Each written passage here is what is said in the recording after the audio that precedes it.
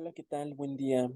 Eh, el día de hoy vamos a hablar un poco sobre ese tema tan controversial y que pues sigue siendo una alternativa a la crisis ambiental que pues nuestros países en todo el mundo están viviendo, ¿no? Y es el tema del desarrollo sostenible. Viene un poco de historia del concepto. El uso de los recursos naturales ha permitido el desarrollo de las sociedades. Sin embargo, con el paso de los años, pues este ha traído consecuencias notables en el medio ambiente. Desde los orígenes de la humanidad, el hombre ha modificado la naturaleza, pero es evidente que a partir de un proceso que se dio a mediados del siglo XIX con la famosa revolución industrial, se derivó este intenso cambio en la temperatura de la Tierra y que sigue en aumento, ¿no? Y que esto ha provocado, pues, que se desarrolle el famoso cambio climático, eventos climáticos extremos, inundaciones, sequías tremendas. En 1948 se crea la Organización Mundial de la Salud después de la Segunda Guerra Mundial. Este es un modelo dualista en ese entonces que se forjó en ese modelo dualista de la salud-enfermedad. Sí, un modelo que pues fue implementado principalmente por la medicina, ¿no? Por los médicos, fomentado por el modelo hegemónico médico. ¿Qué quiere decir este proceso de salud-enfermedad? Que pues evidentemente un paciente enfermaba porque tenía un efecto su salud. Y, esta, y este efecto, que era pues obviamente negativo, era provocado por algún patógeno, por algún agente viral que le causaba que estuviera enfermo, ¿sí? O evidentemente un accidente.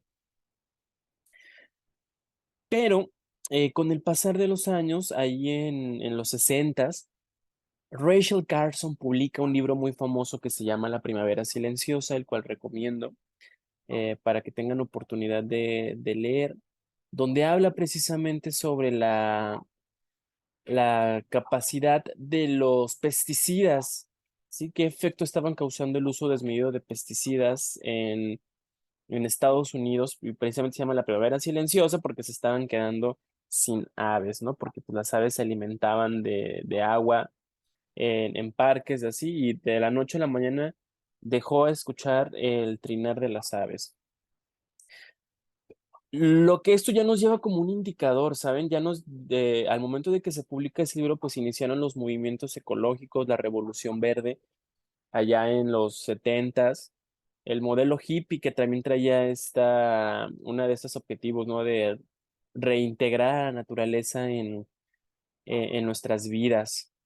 Y bueno, aquí dejaría o iría desapareciendo poco a poco la idea de que únicamente pues los enfermos o la enfermedad tenía que ser transmisible, ¿no? A través de un agente patógeno, ya sea un virus, una bacteria, un hongo, sino que es también el medio ambiente y los ecosistemas conformados por el medio abiótico y el abiótico que tienen una influencia directa, totalmente directa en la salud de los humanos y pues de todos los ecosistemas.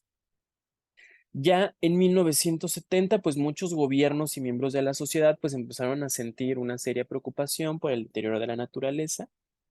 La Organización de las Naciones Unidas pues convocó en 1972 a la primera conferencia sobre medio ambiente humano, que se le conoce como Conferencia de Estocolmo.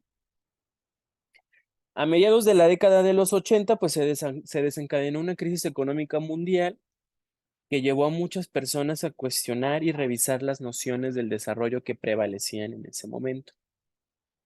En esa época, el desarrollo de las naciones se medía únicamente en términos económicos, es decir, por la riqueza que generaban de acuerdo con las cifras del Producto Interno Bruto.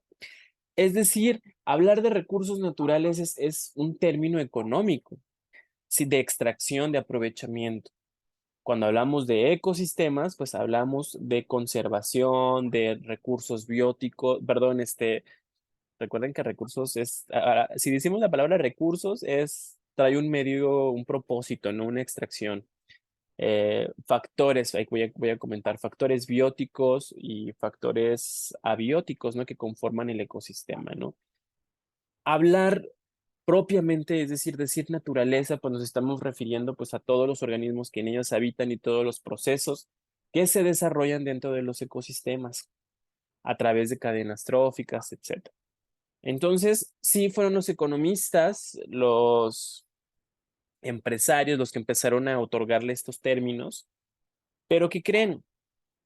En algunas situaciones ya empezaban a meter el tema del bienestar social, el acceso a la vivienda, salud, alimentación y educación, pero ustedes dirán, "Ay, pero ¿eso qué tiene que ver con medio ambiente?". Pues porque precisamente el acceso a la vivienda, ¿en dónde creen que construyen?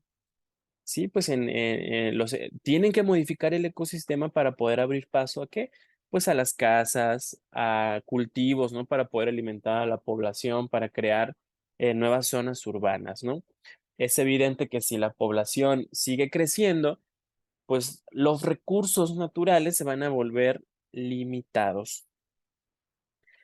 Estas dos vertientes, la social y la económica, eran insuficientes, ¿no? Para poder evaluar un desarrollo de un país. Actualmente sabemos que el estado de los recursos naturales constituye una variable fundamental que se debe tomar en cuenta para evaluar pues, el desarrollo de un país. El agotamiento, la destrucción y la contaminación de los recursos naturales pues van a reducir la disponibilidad o calidad de las materias primas sobre las que se pasa el desarrollo económico y social de las naciones. Entonces, ¿qué quiere decir esto? Que esto es fundamental. En todas las convenciones ya no necesariamente bastaba con hablar de lo que estaba produciendo el país en cuestión de bienes, o cuántos carros había producido, o cuántos eh, litros o tambos de petróleo había vendido, sino que también es cierto que la calidad de los recursos naturales y de los ecosistemas que tiene ese país son parte primordial de los informes, ¿sí? De la situación actual del país, ¿no? De cómo está el bienestar y la calidad de vida de las personas que habitan ese lugar, ¿sí? Entonces, pues, países industrializados que empezaron a tener mucha fama por ser grandes emisores de contaminantes a la atmósfera que contaminaban mantos acuíferos, pues tuvieron que regularse, sí, en gran medida. Y la mayoría pues eran de países desarrollados, países primermundistas, que en aquel entonces empezaron a migrar, sí, empezaron a migrar a los países en vías de desarrollo porque pues ahora necesitaban contratar mano de obra barata y además de contratar mano de obra barata, pues generaban empleo y los contaminantes, es decir, la producción se quedaba en ese lugar, ¿no? La producción de contaminantes. ¿Qué sucedía con las empresas canadienses, no? Precisamente Canadá presume de tener ecosistemas pristinos, unos paisajes hermosos, ¿no? Ustedes ven en la en el Google imágenes de Canadá y son imágenes pues muy, muy bonitas, ¿no? Los paisajes, pero ¿en dónde están las minas de Canadá? Sí, ¿en dónde están todos esos procesos destructivos? Pues aquí en México, sí, sobre todo en el sur del país, con estas minas de la cuenca del río Balsas, donde aprovechan todo el oro, se llevan los recursos minerales, los recursos mineros, y ¿qué le queda al pueblo de México? ¿No? Seguimos todavía siendo esclavos en gran medida. En este contexto, pues la Comisión Mundial sobre el Medio Ambiente y el Desarrollo de la ONU llevó a cabo la consulta mundial sobre el papel de los recursos humanos en el desarrollo. De esta consulta, pues surge la obra titulada Nuestro futuro común, que se publicó en 1987, en la que se acuñó el término desarrollo sostenible o desarrollo sustentable. Este informe se conoce también como informe Brundtland, en el que pues precisamente fue, creo que la primera ministra de Noruega, que se llama Brundtland, la que dio este término en esa convención. Pero bien, ahora, ¿qué es el desarrollo sostenible? El desarrollo sostenible consiste en un mejoramiento de las condiciones de la vida de las sociedades humanas actuales que permite satisfacer sus necesidades sin que esto represente una merma de los recursos naturales de los cuales dependerá el bienestar futuro de la humanidad. Ya la idea de desarrollo sostenible pues ha tenido gran aceptación a nivel mundial y de hecho se adoptó como un compromiso de la segunda conferencia de las Naciones Unidas sobre Medio Ambiente y Desarrollo, que tuvo lugar ahí en la Cumbre de la Tierra en Río en 1992. Y este compromiso fue refrendado una vez más en la tercera Conferencia Mundial sobre el Desarrollo Sostenible en Johannesburgo en 2002. Y bueno, hubo y sigue habiendo una preocupación por la destrucción de los recursos naturales, y esto ha llevado a que las sociedades y los gobiernos impulsen alternativas encaminadas a la conservación y al uso adecuado y racionado de los recursos naturales.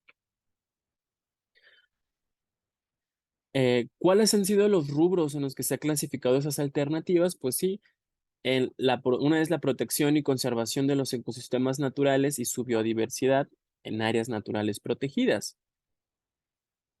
El uso sostenible y equitativo de los recursos naturales, encaminado a mejorar las condiciones de vida de la población, interviniendo los ecosistemas naturales de manera adecuada sin transformarlos. Ejemplos de esto, pues vamos a tener como el apoyo de tecnologías indígenas tradicionales, como la siembra del cuamil o la dieta del cuamil, que consiste en enriquecer los suelos, ¿no? A través de la siembra de frijol, calabaza y maíz, y que ayuda pues a enriquecer los suelos, ¿no? Y a evitar los monocultivos. El manejo y uso de vida silvestre, manejo forestal sostenible, el ecoturismo, la pesca responsable, el manejo integral del agua y la protección y recuperación del suelo. La aplicación de tecnologías amigables con el medio ambiente en los sistemas productivos y áreas transformadas por el hombre, como la agroecología y los sistemas silvopastoriles, la acuicultura y la generación de energía alternativa. Son nuestros indígenas los que mejor saben cómo cuidar la tierra, cómo producir en ella, y su conocimiento en cuestión de técnicas agroecológicas pues es muy importante. La restauración ecológica de las áreas deterioradas para mejorar o recuperar sus servicios ambientales, la reducción de la tasa de emisión de contaminantes de corta vida y la supresión total de la producción de contaminantes de larga duración. Entre otras cosas, pues esto va a poder lograr mediante la regla de las 3 Rs, y reducir, reutilizar y reciclar.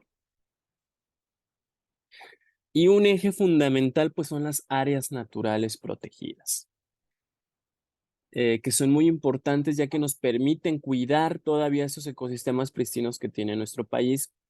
Es importante resaltar que México es un país megadiverso, y al ser un país megadiverso contiene pues una gran cantidad de ecosistemas y de especies endémicas que ningún otro país los tiene. Sí, son como 10 países megadiversos en todo el mundo que por su relieve accidentado o por la forma que tienen en tipo isla han ayudado a que pues la riqueza de especies sea bastante, ¿no?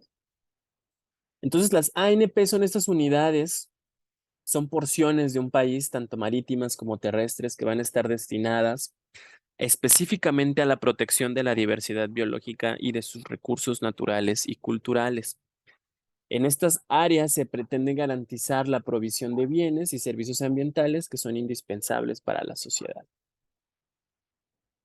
Hay una ley que pues es la ley con la que se basa, regula todo el tema del medio ambiente en nuestro país, y es la Ley General del Equilibrio Ecológico y la Protección al Ambiente, y define las siguientes áreas naturales protegidas, que son reservas de la biosfera, parques nacionales, monumentos naturales, áreas de protección de recursos naturales, áreas de protección de flora y fauna y los santuarios.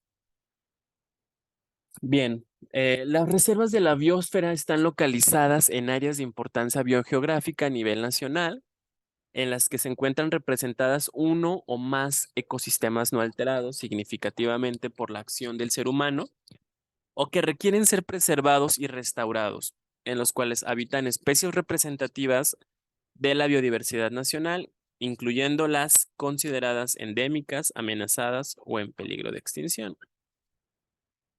Dentro de las reservas de la biosfera se definen las zonas núcleo, que son las áreas mejor conservadas en las que no se permite ninguna intervención humana, y las zonas de amortiguamiento en donde sí se pueden realizar actividades productivas, pero ojo, que sean sostenibles, ¿no? Agroecológicas, que no tengan un fin tan lucrativo de extracción.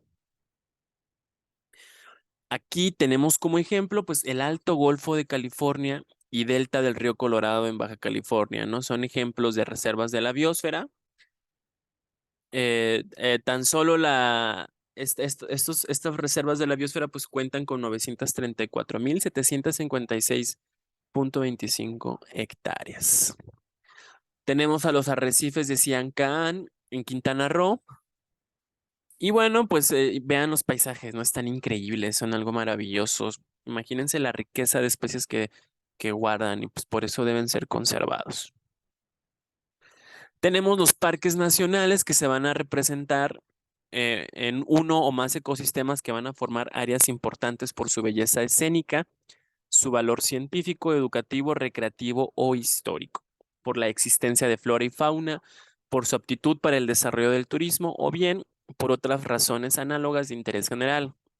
Aquí en estas áreas definitivamente no se permite la extracción de recursos naturales.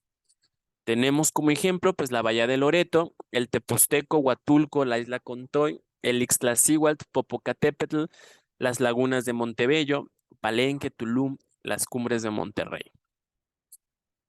Tenemos el Teposteco, es un cerro muy famoso y de hecho pues cuando hacen el festival de los chinelos, ¿no? Allí en Morelos, pues mucha gente aprovecha para visitar este lugar.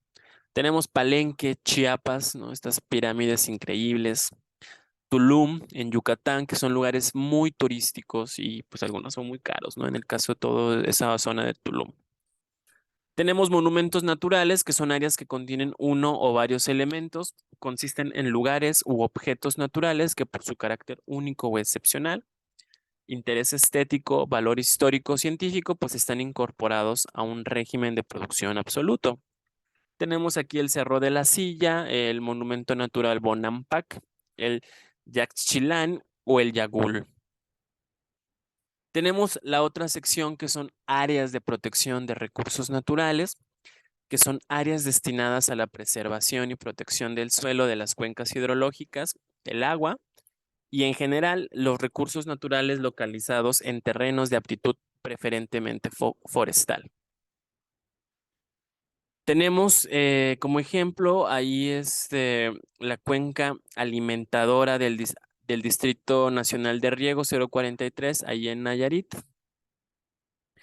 Y bueno, tenemos la otra área que son áreas de protección de flora y fauna, que son áreas que albergan los hábitats de cuyo equilibrio y preservación pues dependen la existencia, transformación y el desarrollo de las especies de flora y fauna silvestre. Aquí tenemos la Bahía de Balandra en Baja California Sur. Si han tenido oportunidad de ir a visitarla, pues vale mucho la pena. Y pues el área de protección de flora y fauna de Papigochic en Chihuahua, ¿no? Que son lugares también muy hermosos.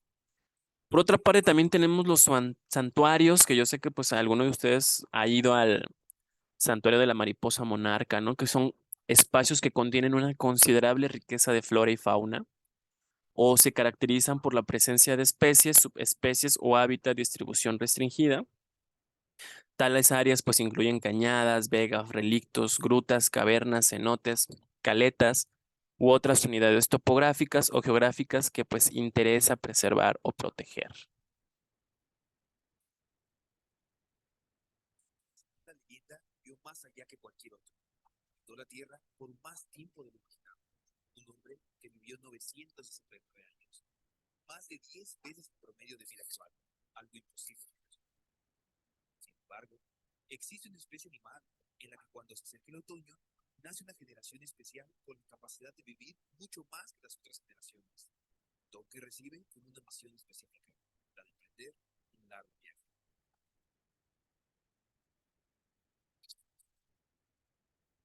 Todo comienza aquí, en este pequeño huevecillo, de donde después de 4 días saldrá una larva que comerá la cáscara del huevecillo y después algunas hojas, hasta alcanzar 2000 veces su tamaño.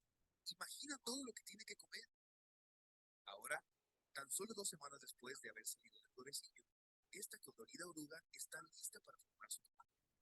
Estará ahí entre 8 y 15 días, experimentando una extraordinaria transformación hasta que logre convertirse en una hermosa mariposa. Se cree que la palabra mariposa proviene de la combinación de las palabras María y el verbo posar, aunque revisando las raíces nos encontramos con que posa significa cuán o cuánto, y mari significa fugaz, marchitar, pasajero o efímero, pudiendo ser una referencia de nuestros antepasados a la vida tan corta que tiene una mariposa. Quizás tiene relación con el capullo que parece marchitarse antes de renacer en un hermoso espécimen que únicamente volverá a perecer en unas cuantas semanas. A pesar de lo filosófico que pueda ser el nombre de mariposa, Lepidóptero es el nombre correcto para la monarca. La mariposa monarca es una de las variedades más fáciles de reconocer por su atractivo color anaranjado con franjas negras que tiene las alas y que le permite protegerse de algunos depredadores durante su efímera vida de entre 4 y 5 semanas. Tienen su hábitat en todo el territorio de América del Norte, en donde encuentran un ambiente adecuado para su reproducción, hibernación y alimentación, aunque cuando el otoño se acerca y el frío aprieta, sucede algo. La generación de mariposas monarca que nace cerca del otoño es conocida como la generación Matusalén, porque así como Matusalén, las mariposas de esta generación específica logran vivir hasta 8 meses. Si lo comparamos con los humanos, sería el equivalente a que tus hijos vivieran más de 500 años. Todo esto con el objetivo de aventurarse en un largo viaje. Las mariposas monarca, como buenas viajeras, se preparan para embarcarse en la travesía de su vida. Aproximadamente 4000 kilómetros de viaje en 40 días es lo que recorren con su pequeño cuerpo de sur medio grado.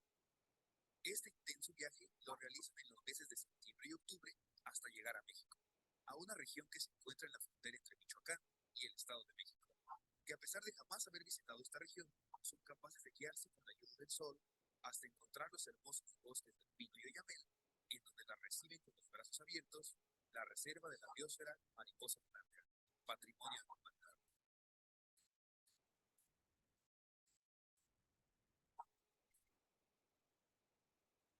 Aquí, ambientalistas y biólogos trabajan en conjunto para proteger y conservar lo máximo posible a las mariposas que nos visitan, porque igual que con otros animales, los humanos estamos dañando su ciclo de vida. La contaminación, el cambio climático y la tala ilegal son problemas grandes a los que se enfrenta este bello especie. Por eso, el Fondo Mundial para la Naturaleza y la Reserva de la Biosfera Mariposa Blanca han puesto en marcha proyectos de restauración del hábitat con apoyo de ambientalistas como Pedro Gómez González, que logró recuperar varias zonas forestadas y, sepultando pueblos locales, sustituyó cultivos por árboles como el yamé. Tú también puedes unirte a los ambientalistas y conservar la naturaleza mexicana. Con los consejos que da el Servicio de Pesca y Vida Salvaje de Estados Unidos, puedes construir un jardín para mariposas o proponer talleres en tu escuela. También puedes visitar la Reserva de la Biosfera Mariposa Monarca y conocer de cerca a la amiga lepidóptera, la mariposa monarca.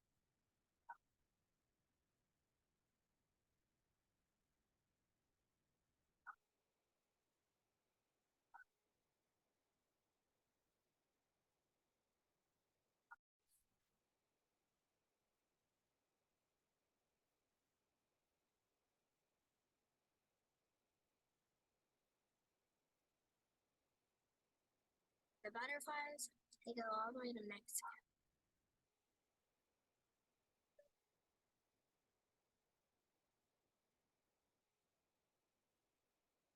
Like, I don't know where to go.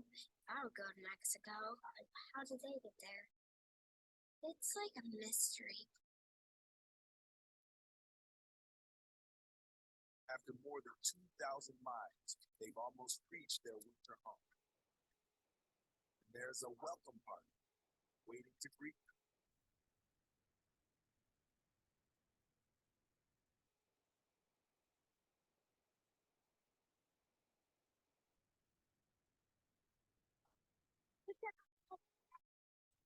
Vamos a comprar mucho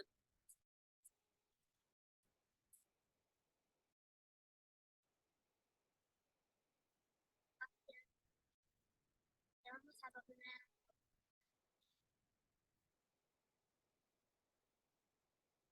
Ponemos flores para atraer a las ánimas.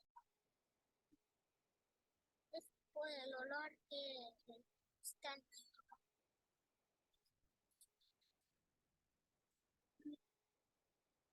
Okay, so this may just be coincidental, but the arrival of the monarchs has come at the same time as the Day of the Dead for so long, it's become part of the culture.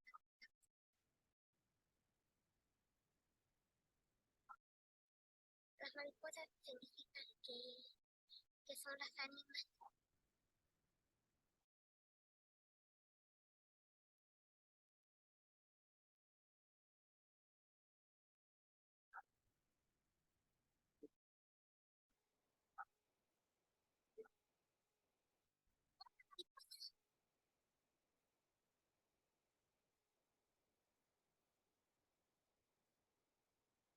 Cuando veo una mariposa, es favoritas o de mis tíos o de los angelitos.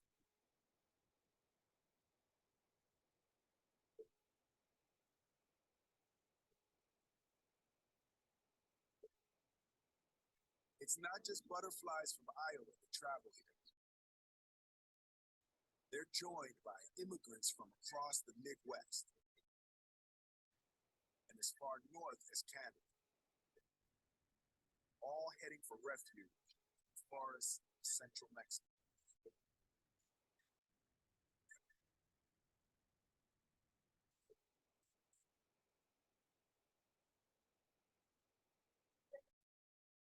Mariposas vuelan en estas montañas.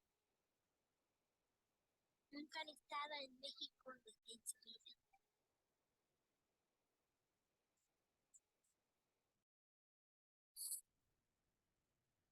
Las mariposas aquí están a salvo durante el invierno. It's one of the greatest homecomings on earth. Even though every monarch here has another home far away. Each one started life on a milkweed, someplace like Beaconsfield, Iowa. It's hard to know where these monarchs belong.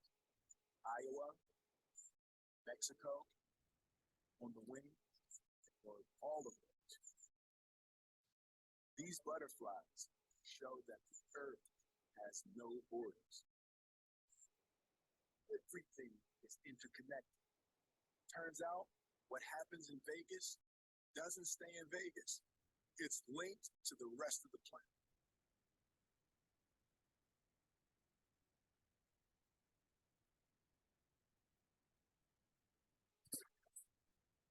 Hermoso lo que sucede con el tema de el viaje de la mariposa monarca, ¿no? Es algo increíble, es un patrimonio que tenemos que cuidar y hacerlo nuestro.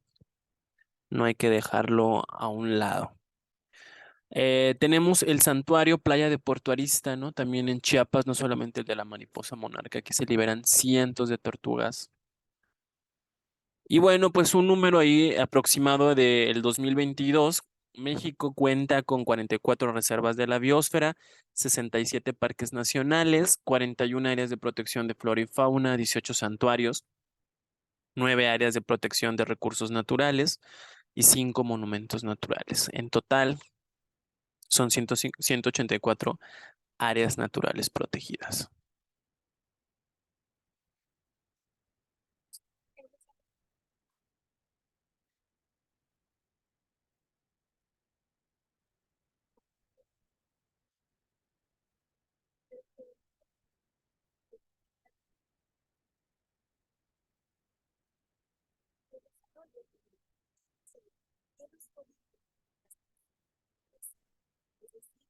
La idea de avanzar es correcta en términos de desarrollo tecnológico. Estas ideas consistían en varias situaciones. Desde la religión se trabajó el concepto de desarrollo. Primero, la teología hebrea y cristiana desarrolló la concepción del tiempo como como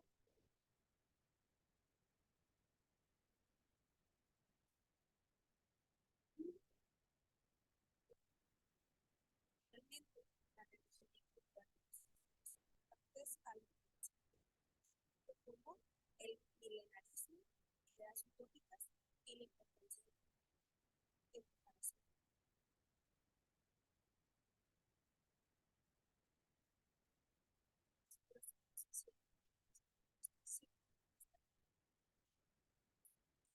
Era el camino de medio para explicar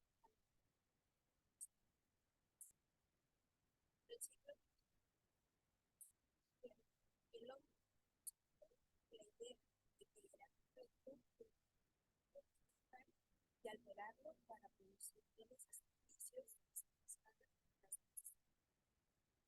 de esta forma, solo los bienes producidos por el mal no tenían valor por sí solos, solo eran valiosos si se aprovechaban de ellos. Este desarrollo de riqueza pero también causó grandes existenciales que necesitan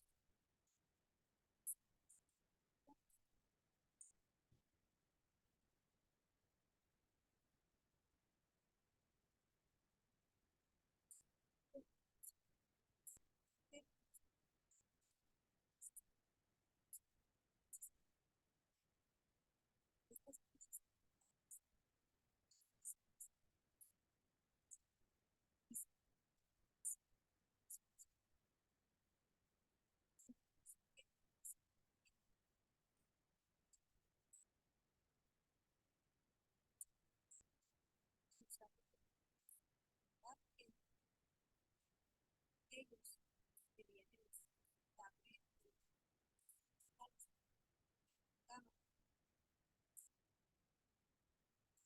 el cuidado sufrieron dosis de perturbación.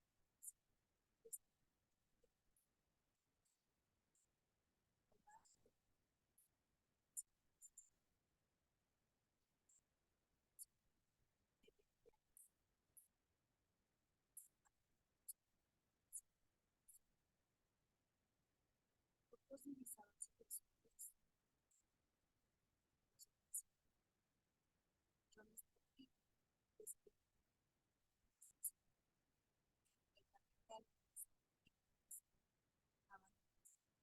pero se esperaban que la humanidad pudiera respetar de esta forma, desde los antiguos existe comunicación, pero funciona de la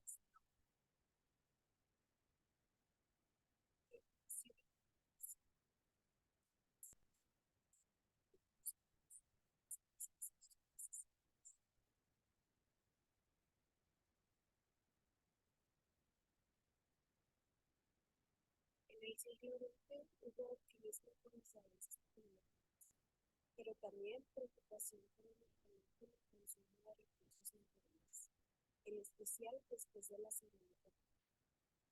Para las corrientes dominantes en la economía, si bien conscientes de los problemas de sustentabilidad, una vez un recurso se volviera escaso, surgiría nueva tecnología para suplir la necesidad.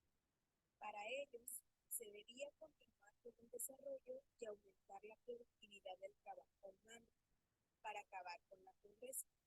Esto implica aumentar el capital o recursos usados por unidad. De esta forma, el desarrollo humano era visto como un proceso evolutivo en donde la humanidad crea riqueza, hace frente a los problemas y se adapta con determinación y creatividad a los cambios. En vez de prevenir el malgasto de los recursos, se habla de adaptación.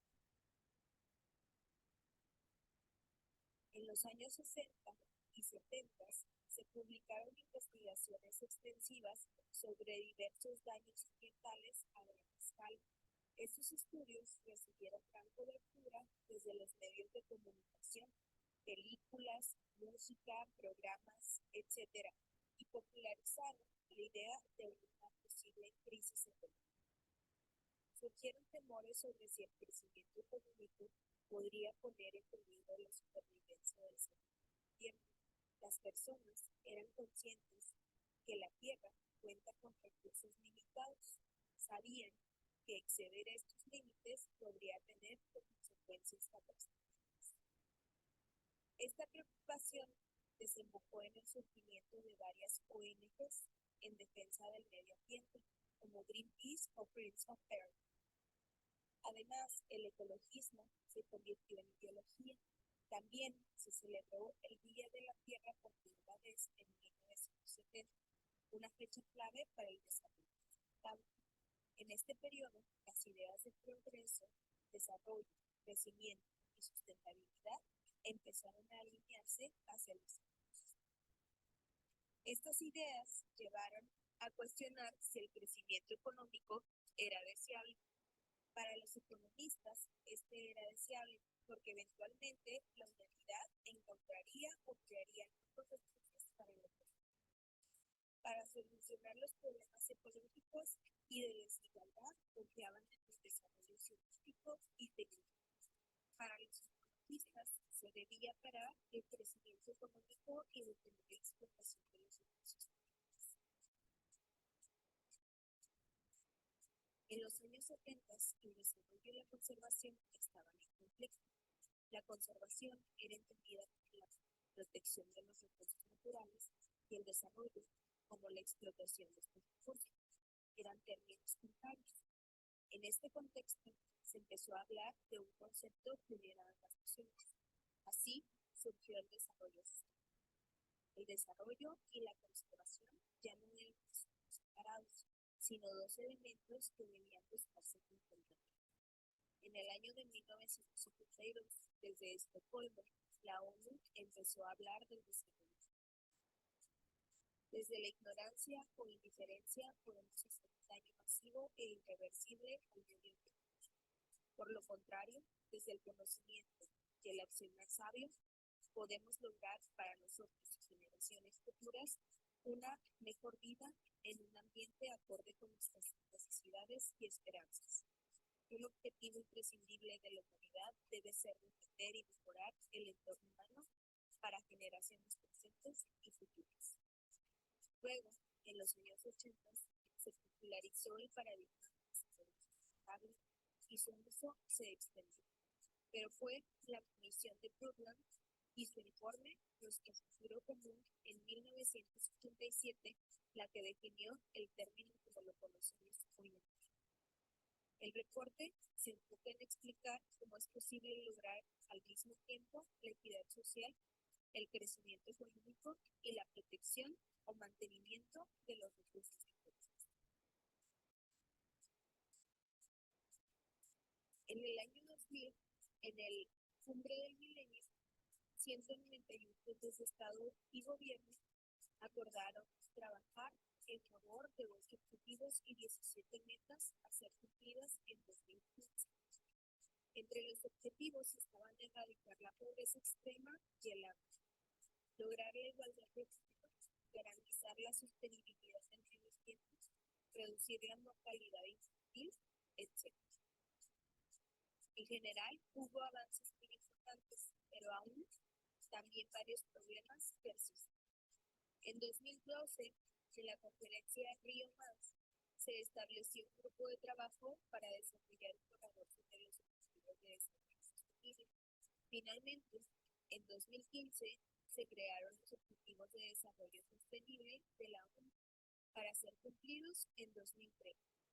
Esta vez fueron 17 objetivos para lograr 3 grandes cambios: erradicar la pobreza extrema, combatir la desigualdad e injusticia y solucionar el cambio